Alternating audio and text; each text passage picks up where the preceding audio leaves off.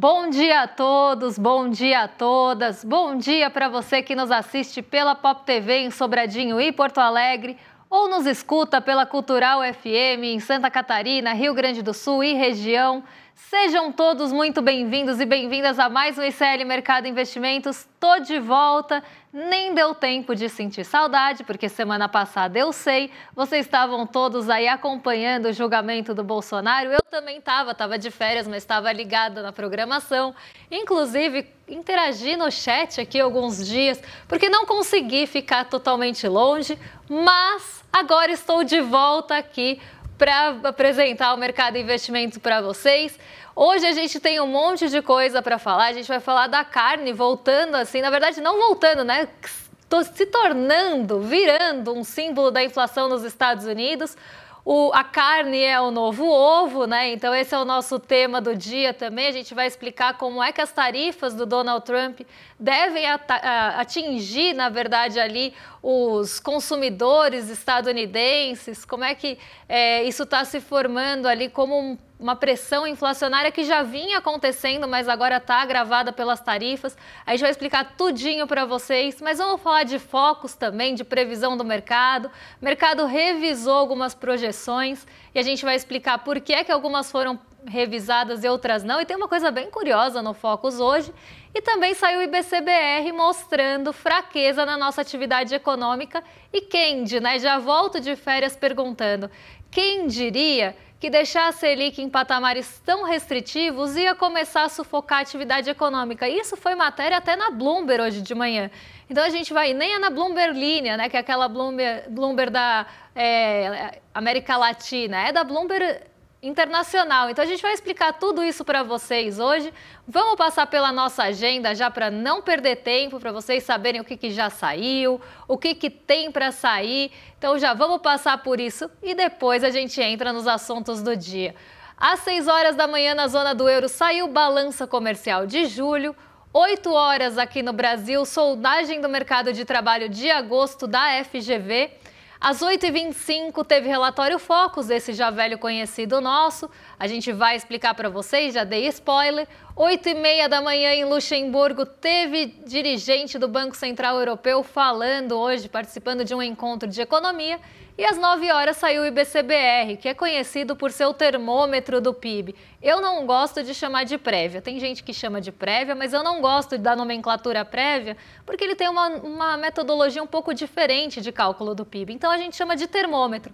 Ele é um termômetro para a gente entender mês a mês como é que está caminhando a nossa atividade econômica. O cálculo é feito pelo Banco Central. E aí, no final, a gente não tem uma surpresa tão grande quando sai o PIB trimestral. A gente tem também lá em Nova York o Fed divulgando o índice de atividade industrial Empire State de setembro. E às 15 horas no Brasil, balança comercial semanal. Esse também velho conhecido, já aparece toda semana por aqui. Às 15h30 na França, tem presidente do Banco Central Europeu, a Christine Lagarde, participando de um evento.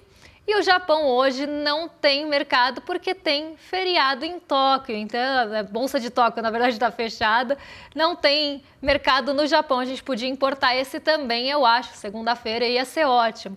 Mas vamos seguir aqui pelo nosso dia para falar um pouquinho do fechamento de sexta-feira. Sexta-feira a gente não teve aquele dia positivo que a gente viu acontecer nos outros dias da semana, até porque, né, teve uma realização grande de ganhos. O Ibovespa bateu recorde na quinta, então para quem estava achando que a condenação de Bolsonaro poderia mexer com o ânimo dos mercados, eu já falei isso e volto a repetir, o Bolsonaro para o mercado financeiro, ele já é uma carta fora do baralho, ele já foi descartado. A grande questão agora, e para o que o mercado está olhando, é quem vem como sucessor de Bolsonaro. E o mercado até ficou animadinho. Eu já vou colocar aqui a tabela do fechamento para vocês entenderem o que eu vou falar. Porque o mercado ficou até mais animado com a condenação, de certa forma. Porque o Bolsonaro fora, né, condenado ali e fora já dessa disputa eleitoral, ele já estava inelegível, mas ainda tinha gente que tem esperança, né? Ah, ele pode voltar a concorrer, ele não vai ser condenado, enfim, tudo isso ainda, né, tinha gente que se agarrava a esse tipo de discurso. Mas agora com a condenação fica cada vez mais distante esse cenário. E um cenário que se aproxima é justamente o Tarcísio assumindo a frente na corrida eleitoral ali como parte, como um candidato e como parte, inclusive, aí, de apoio do mercado financeiro. Então, o mercado ficou muito animadinho e o dólar caiu mais até do que a gente viu cair em outros países, outras divisas, por conta disso. O mercado não esconde suas preferências. Quando a gente tem, né, uma preferência explícita assim, né, quase uma torcida, agora o Tarcísio está mais no páreo, então vamos torcer para que ele ganhe a corrida eleitoral, o mercado está fazendo isso e dando recado por meio de dólar. Está fazendo isso e dando recado, às vezes por meio de bolsa também, que não foi o caso na sexta, mas o dólar sim. O mercado financeiro acabou deixando isso bem evidente. E aí, para quem acha que o mercado é técnico, que o mercado não tem lado, que o mercado é imparcial, eu acho que cai por terra por aí. Então, teve quase uma nova demonstração de preferência e não à toa. O Tarcísio de Freitas, ele acena bastante para o mercado, teve toda a questão da Sabesp, que agradou demais o mercado financeiro também. Então, o que o mercado espera com uma possível candidatura de Tarcísio de Freitas e que ele, inclusive quando sai alguma notícia que ele lidera a corrida eleitoral, o mercado reage bem?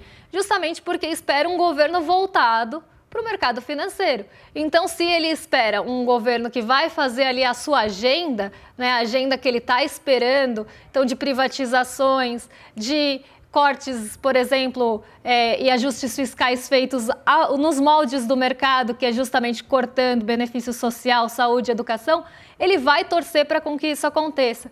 E essa torcida fica evidente quando a gente vê esse tipo de movimentação quase que comemorativa aí em relação ao dólar. Mas a Bolsa não teve o mesmo destino. A Bolsa sofreu realização, até porque a gente tinha tido recordes atingidos nos dias anteriores. Quando isso acontece, é normal que as pessoas vendam e embolsem os lucros, realizem os lucros. A gente está falando aqui de movimentos especulativos também, nunca pode sair isso do radar. Então, a partir do momento que uma ação sobe, um ativo sobe a ponto de o mercado achar que não vai subir mais, ou que os investidores acham que não vai subir mais, eles vão vender aquele ativo, embolsar o lucro, esperar cair para comprar de novo e ganhar nesse ciclo de valorização e queda. Então, o dia foi de realização de ganhos na nossa bolsa, queda de 0,61% no mesmo dia do dólar. E aí que entra, normalmente o movimento é contrário aqui, um sobe, o outro desce, mas na sexta-feira a gente teve os dois caindo, justamente por esse motivo que já expliquei.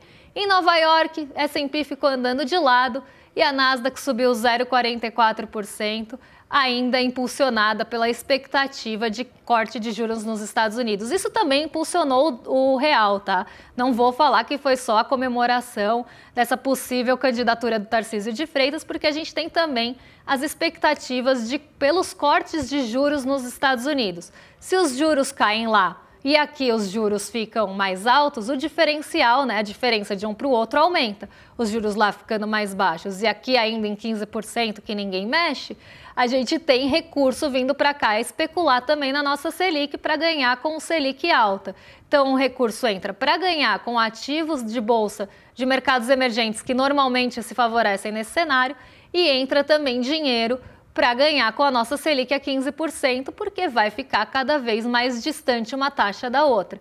Taxa cai lá, fica aqui em 15%, vamos ganhar onde dá para ganhar mais. É assim que o recurso pensa e aí ele entra aqui para ganhar a 15%, isso também derruba o dólar. Então foi um dia que essa expectativa dos cortes de juros lá nos Estados Unidos também movimentou bastante. E deve continuar movimentando essa semana até a gente ter a decisão tomada na super quarta, que provavelmente a decisão vai ser, já estou até adiantando aqui para vocês, corte nos Estados Unidos e manutenção aqui. Mas o relatório Focus essa semana, antes do Focus, eu já estava aqui pulando o assunto, mal voltei de férias e já estou assim de saúde. Antes do Focus, vamos falar um pouquinho ali do preço da carne nos Estados Unidos, que está começando a pressionar o bolso dos estadunidenses. Consumidores lá já começam a sentir os efeitos do tarifaço e a carne deve virar o novo ovo. Para quem lembra, a gente teve uma escassez de ovo lá nos Estados Unidos no comecinho do ano, por uma série de fatores, né? A gente tem toda uma questão climática que acaba afetando ali o preço dos ovos, mas lá também a gente teve uma questão de gripe aviária muito problemática, de vacinas, né? Inclusive ali de favorecer o lucro, penalizando, eu ia falar penalizando as galinhas, mas isso ia ficar muito ruim, né? Ia ficar aquele trocadilho ruim. Mas, enfim, né, a gente teve essa questão acontecendo, essa situação toda acontecendo nos Estados Unidos e os ovos estavam em falta lá. E os preços explodiram, né? A gente tem a base do café da manhã nos Estados Unidos. Os ovos são essa parte importante dessa base do café da manhã. Isso gerou ali um furor ali entre os consumidores norte-americanos. Então, foi um símbolo do começo do ano da inflação nos Estados Unidos e aqui no Brasil também, por motivos distintos. A inflação dos ovos, eu vi aqui que já temos a nossa audiência fiel, que já estava desde antes do programa aqui falando. Eu estou falando aqui de inflação dos ovos, eu já imagino a quinta série de todo mundo aparecendo por aí. Então os ovos pressionaram sim o bolso de todo mundo no comecinho do ano, mas lá nos Estados Unidos a situação foi mais agravada, até pela questão de vacinação de galinhas e de seguros, que a gente explicou aqui no comecinho do ano, nem vou entrar muito nisso, mas agora o novo símbolo saiu das galinhas e foi para as vacas, porque agora o novo símbolo da inflação dos Estados Unidos é a carne. E a gente vai explicar por quê. Eu fiz um painelzinho aqui para vocês acompanharem comigo o desenrolar dessa história. Porque as tarifas contra o Brasil, então o aumento da tarifa de importação, então do produto que sai aqui do Brasil para entrar lá nos Estados Unidos, já está transformando a carne no novo vilão da inflação dos Estados Unidos, ainda que a gente tenha pouco efeito, porque as tarifas começaram agora. Mas as carnes já estavam subindo por lá. Então a gente já tinha uma inflação de carnes que não tinha nada a ver com o tarifaço, só que a partir do momento que você coloca 50% de tarifa em um país que é um dos principais exportadores daquele produto, quem diria também, hoje ela está aqui com tudo, que isso ia acabar aumentando o preço para o consumidor final, já que boa parte desse aumento vai ser repassado. E, inclusive, eu avisei vocês, né, já tinha falado sobre isso, que inviabilizar boa parte da importação.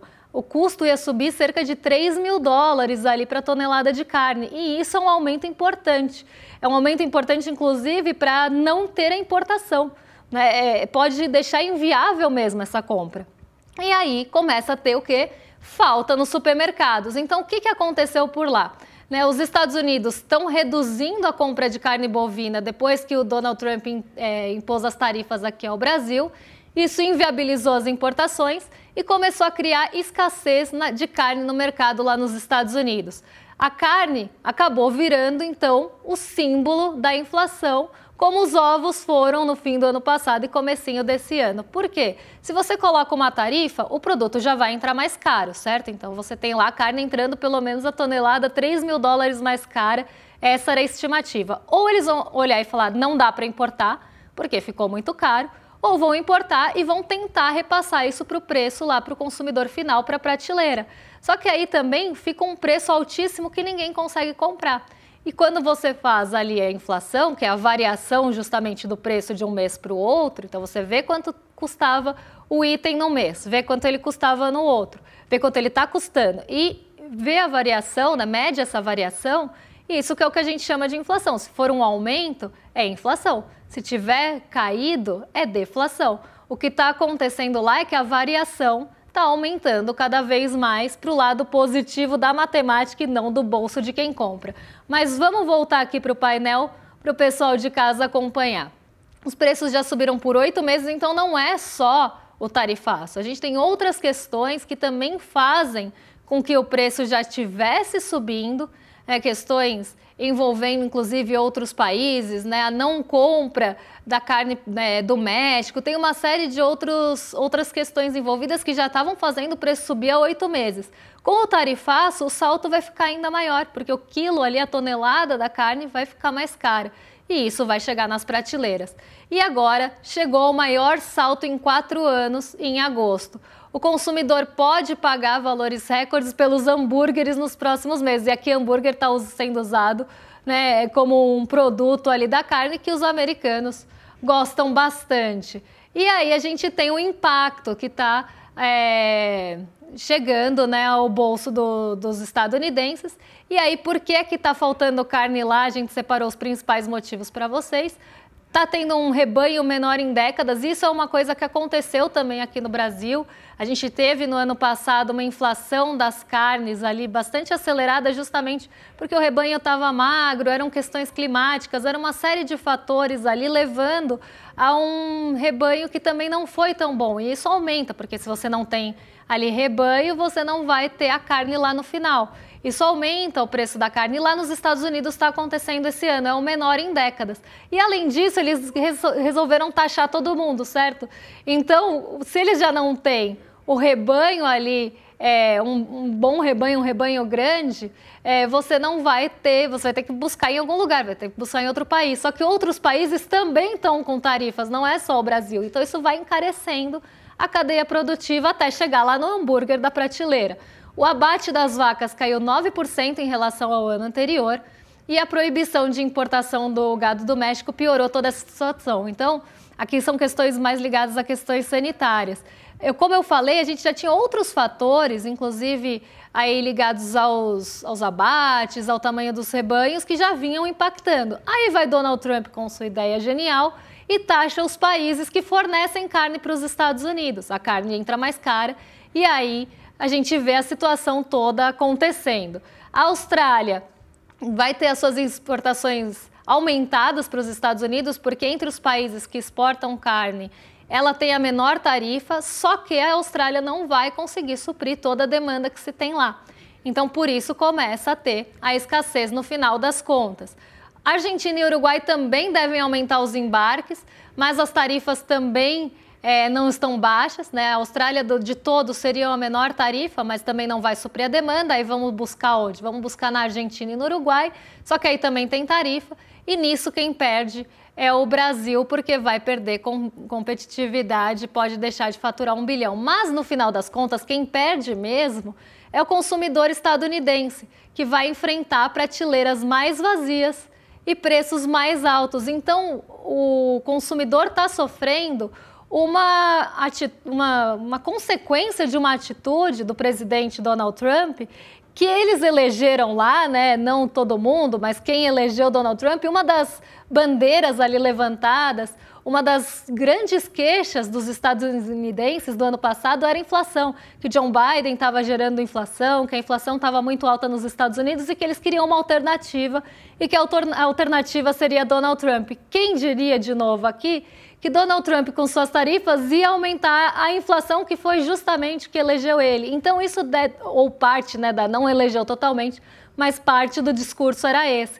E aí você começa a ter uma base também descontente. Ele já descontentou CEOs, já descontentou alguns setores agrários dos Estados Unidos, porque com as tarifas, né, os países podem também deixar de comprar ali do agro dos Estados Unidos. E agora os consumidores, a população estadunidense deve ficar muito desagradada também com a falta de carne e do seu hambúrguer lá no final de semana.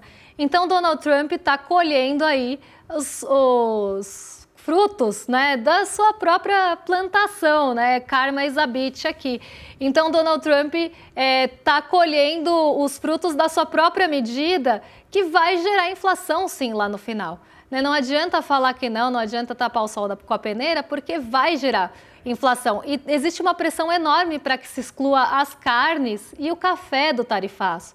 Só que se isso acontecer, vai começar a virar o tarifake mesmo, como falaram para mim lá no N2, né? Vai começar a virar um tarifaço de mentirinha, porque agora a gente já teve a celulose saindo também do tarifaço, cada vez mais abrindo exceções. Então hoje boa parte já está fora. Se excluir carne e café, que são 2 produtos brasileiros que entram bastante lá, aí abriu mais exceção do que qualquer coisa e não tem mais tarifaço. Então, tem uma briga interna ali. Né? São produtos que fazem parte do dia a dia dos americanos, dos estadunidenses, mas que você não pode abrir mão do tarifaço, porque senão perde força aquela imposição. Então, Donald Trump está numa sinuca aí e deve prejudicar o próprio país e os próprios eleitores, de certa forma, e a sua população no país, porque ele não governa só para os eleitores ou para os não eleitores, ele governa para o país, ele governa para a população toda. E a população vai sofrer os efeitos desse aumento de tarifas no prato, que é onde dói mais, porque também você está falando de alimentação. Né? Então, não é uma inflação qualquer, é uma inflação de alimentos causada por um aumento de tarifas sem justificativa, né? De uma forma ali para atacar blocos econômicos, para retaliar países que não fizeram suas vontades. Então, a gente vê ali um garoto mimado que quer brincar ali com a geopolítica, mas vai acabar prejudicando, quer mandar no mundo, e com isso vai acabar prejudicando o próprio país e a própria população, que vai sofrer a inflação da mesa, que é uma das piores que tem. Agora sim a gente volta para o Brasil, pega o voo para cá, para falar de relatório Focus, porque o relatório Focus foi revisado de novo, né? A projeção do mercado voltou a cair para a inflação de 2025, mas se vocês em casa já estão ligados, já devem imaginar que quem não caiu, a Selic, né? A taxa de juros continua no mesmo patamar, ninguém mexe na Selic, ninguém segura essa Selic. Vamos ver como é que ficaram as projeções dessa semana, o que mudou e o que não mudou, para a gente entender por que é que essa Selic não muda. E olha que curioso, eu falei que tinha uma curiosidade no relatório Focus essa semana, que a projeção da Selic de 2026 caiu para 12,38, é um número quebrado, não é o que a gente costuma ver. Isso deve ter acontecido porque, para quem não sabe, o Banco Central divulga a mediana das estimativas. Então, ele pega um conjunto de estimativas, ali todo mundo que respondeu, e vê quem que divide no meio, né, para cima daquele conjunto e para baixo daquele número. Então, quem ficou no conjunto para cima está acima da mediana, quem ficou do número para baixo está abaixo da mediana. Então, é exatamente o número que divide o conjunto ao meio. Se você tem um número par de respondentes, você tem que pegar os dois números que dividem o conjunto ao meio e fazer a média. E aqui que deve ter caído esses 12,38. Mas está todo mundo achando muito curioso, pensando que números são esses que deram 12,38 no ano que vem. Mas teve queda. Para quem não lembra, estava em 12,5. Então, a gente tem uma queda na expectativa de juros para o ano que vem, mas nesse ano, mesmo com a inflação caindo, mesmo a gente tendo queda na projeção há várias semanas no relatório Focus, a Selic continua intocável, ninguém mexe na Selic. E aqui por dois motivos. Porque o mercado financeiro, diante de uma sinalização do próprio Galípolo de falar que não vai mexer na Selic, eles não vão mexer no Focus, porque eles não querem errar a projeção, eles já erram pra caramba. Aí a única que eles têm a chance de acertar, porque o Galípolo falou que não vai mexer, eles vão mudar? Não vão mudar porque querem acertar. E o outro motivo é porque eles estão, por enquanto ainda, dando a bênção ao Galípolo, falando que aceitam esse patamar de juros e não estão usando o relatório Focus como instrumento de pressão. Então, os 15% estão bem aceitos, obrigado pelo mercado financeiro, até porque o mercado rentista não vai reclamar de juros a 15%. Mas vamos voltar aqui para as nossas projeções, porque o IPCA caiu de novo na projeção do mercado financeiro para 4,83, cada vez mais perto do teto da meta. O PIB não se mexeu para 2025, continua em 2,16 a projeção para o ano, mas no ano seguinte caiu para 1,80. Então, uma expectativa de que o Brasil vai crescer menos no ano que vem, mas ainda tem muito que errar o relatório Focus, porque dezembro do ano que vem está muito longe. E no câmbio, a gente também teve revisão para baixo em 2025, até porque o câmbio está caindo semana após semana, não só no relatório Focus, mas no mercado de câmbio, o mercado cambial também, o dólar à vista vem caindo bastante e o futuro também. E aí, diante de uma expectativa de corte de juros nos Estados Unidos, deve sim o câmbio arrefecer. E aí, isso já aparece no relatório Focus como projeção. Então, aqui o que eu queria tirar do Focus é que, por mais que a gente tenha uma inflação que veio deflacionada esse mês, uma projeção de inflação que vem caindo, e a gente deve ter um melhor controle inflacionário agora nesse segundo semestre por várias questões, nada disso mexe com a Selic. Continuam mantendo a Selic num patamar super restritivo de 15%. E essa Selic super restritiva num patamar de 15% já está afetando a nossa atividade econômica, que é a notícia que eu quero falar aqui em seguida, justamente o efeito colateral dos juros, desse remédio amargo da inflação na nossa atividade econômica, porque o termômetro do PIB aqui, o nosso IBCBR, que sai todos os meses, depois que as pesquisas mensais são divulgadas, então saiu pesquisa do comércio, dos serviços, da indústria, o levantamento sistemático da produção agrícola, tudo divulgado, você vai ver como é que ficou a atividade econômica do país com base nessas pesquisas mensais. Por isso que a metodologia é diferente do PIB lá no final. É com base nas pesquisas que já saíram. E esse termômetro está mostrando que o paciente não está muito bem, porque é a terceira queda consecutiva do índice de atividade econômica do Banco Central, que a gente apelida de BCBR para não falar esse palavrão toda vez. E aí a gente tem o paciente com algum problema ali. E é o que eu sempre falo, se você olha para a inflação e diagnostica ela sempre da mesma forma, não importando o que está pressionando os preços, então você olha para a inflação e dá o diagnóstico ali, eu acho que a inflação é de demanda. Você nem leva em consideração os outros fatores da oferta. Você só olha e fala, é de demanda. Então o que eu preciso fazer? Reduzir a demanda. Para reduzir a demanda, o que eu faço? Eu subo os juros, porque se eu subir juros, vou esmagar o mercado de crédito, vou enforcar a atividade urbana da economia. Então você olha para a inflação com um diagnóstico único, como se só tivesse uma doença, que é a inflação de demanda, e não leva em consideração as outras coisas que podem estar causando aquela inflação. E aí você dá o remédio mais amargo para a pessoa ali, para a nossa inflação, que é subir juros. Só que subir juros não vai resolver o problema dos alimentos, por exemplo. Os alimentos não estão caindo agora porque subiu juros. Subir juros vai enforcar o lado urbano da economia. Então você vai, por exemplo, desacelerar os serviços. Serviços, quando você tem inflação ali do setor de serviços, você tem inflação também da renda das pessoas que trabalham com aquilo. Então, se você diminui a demanda por serviços, você começa a tirar a renda das pessoas que trabalham com serviços. Você tira a renda de pessoas que trabalham com serviços, você tira a renda também que circula por conta daquela renda. Então, você também vai enforcando consequentemente ali os outros setores, porque aquela pessoa também vai gastar menos porque sua renda diminuiu. E ela gastando menos em outros setores, você tem uma economia que entra numa espiral negativa. Outro ponto, se você coloca uma Selic em 15%, você diminui a expectativa de demanda, porque com 15%, quem que vai conseguir crédito? Com 15%, que empresa que vai tirar projeto do papel?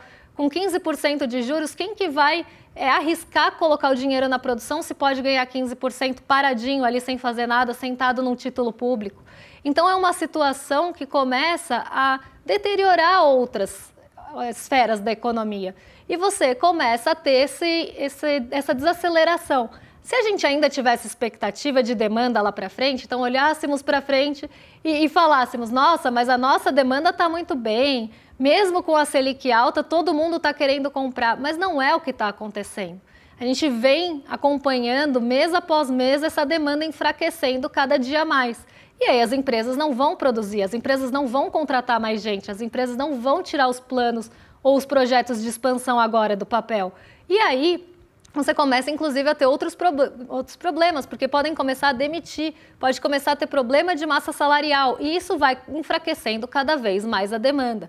Então, se você dá esse diagnóstico para a inflação de uma forma errada, você dá o diagnóstico errôneo para a inflação, você vai impactar toda a economia com desaceleração, por conta de uma Selic que está restritiva além da conta.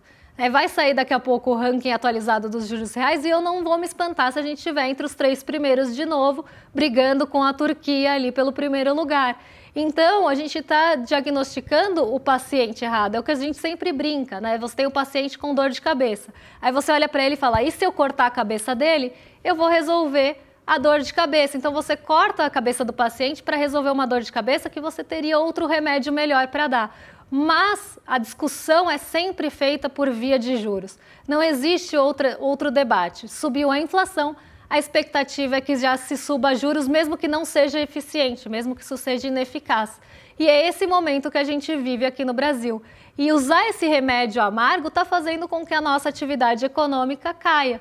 Não à toa, a atividade econômica está ali respirando por aparelhos. Vamos colocar só aquele gráfico, só para fechar o programa aqui, Pode passar para o segundo gráfico que tem as variações, porque a gente consegue ver não só o IBCBR desacelerando mais uma vez, aí com queda de 0,53 esse mês, mas os serviços, como eu falei aqui, né, que foram... O setor de serviços foi o único que conseguiu dar um respiro nas pesquisas mensais do mês passado, mas provavelmente não vão conseguir segurar a barra, já caindo 0,19, o IBCBR de impostos também, porque se as pessoas gastam, elas pagam impostos. Se você tem salário, as pessoas pagam impostos. Mesmo assim, a arrecadação também, o IBCBR de serviços, a atividade caiu 0,69, a agropecuária caiu 0,81, então também não temos um IBCBR, uma atividade econômica boa vindo do agro. A indústria caindo 1,07, mostrando uma fraqueza aqui importante, porque a indústria é uma das primeiras que começa a sofrer e depois a gente começa a ver o resto também em queda. E a gente vê, sem a agropecuária também não foi bem. Então, mesmo excluindo a agropecuária, o IBCBR cairia 0,43. Isso tudo é reflexo dos juros e desse remédio amargo que a gente está dando para a nossa economia aqui brasileira para resolver um problema de inflação que não vai responder à taxa de juros. Pode vir alguma melhora pelo câmbio? Pode, mas não vai resolver o problema total e ainda vai enfraquecer e esmagar a atividade aqui do nosso país, como a gente já está vendo mês após mês, semana após semana. E eu não vou cansar de criticar essa política monetária enquanto ela estiver vigente. E agora eu vou mandar para os nossos vizinhos de cima, para o Rolê ICL, porque não quero mais tomar o tempo de vocês. Vou convidar vocês só para garantir o ingresso do nosso Despertar, que acontece nesse final de semana. Então, se você não garantiu o seu ingresso, ainda dá tempo. Dá para correr lá aqui no despertar25.com.br ou no QR Code, que é mais fácil. Você garante seu ingresso e vai estar lá com a gente no final de semana. Mas agora sim, vou jogar para os vizinhos de cima. William De Luca e Guga Noblar já estão a postos para receber vocês.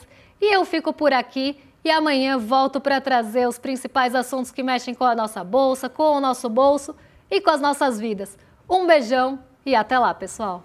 A primeira edição da revista Liberta já nasce histórica. A gente vai mergulhar no julgamento de Bolsonaro e militares de alta patente pela tentativa de golpe de Estado. Teremos artigos inéditos e exclusivos assinados por grandes jornalistas do ICL: Eduardo Moreira, Chico Sá, Heloísa Vilela, César Calejon, Chico Pinheiro, Cristina Serra e muito, muito mais. Quem está por trás do processo? O que é que está em jogo? O que nesse momento revela sobre os limites da nossa democracia? É uma cobertura que você não vai encontrar na grande mídia, com detalhes, profundidade, é a verdade nua e crua.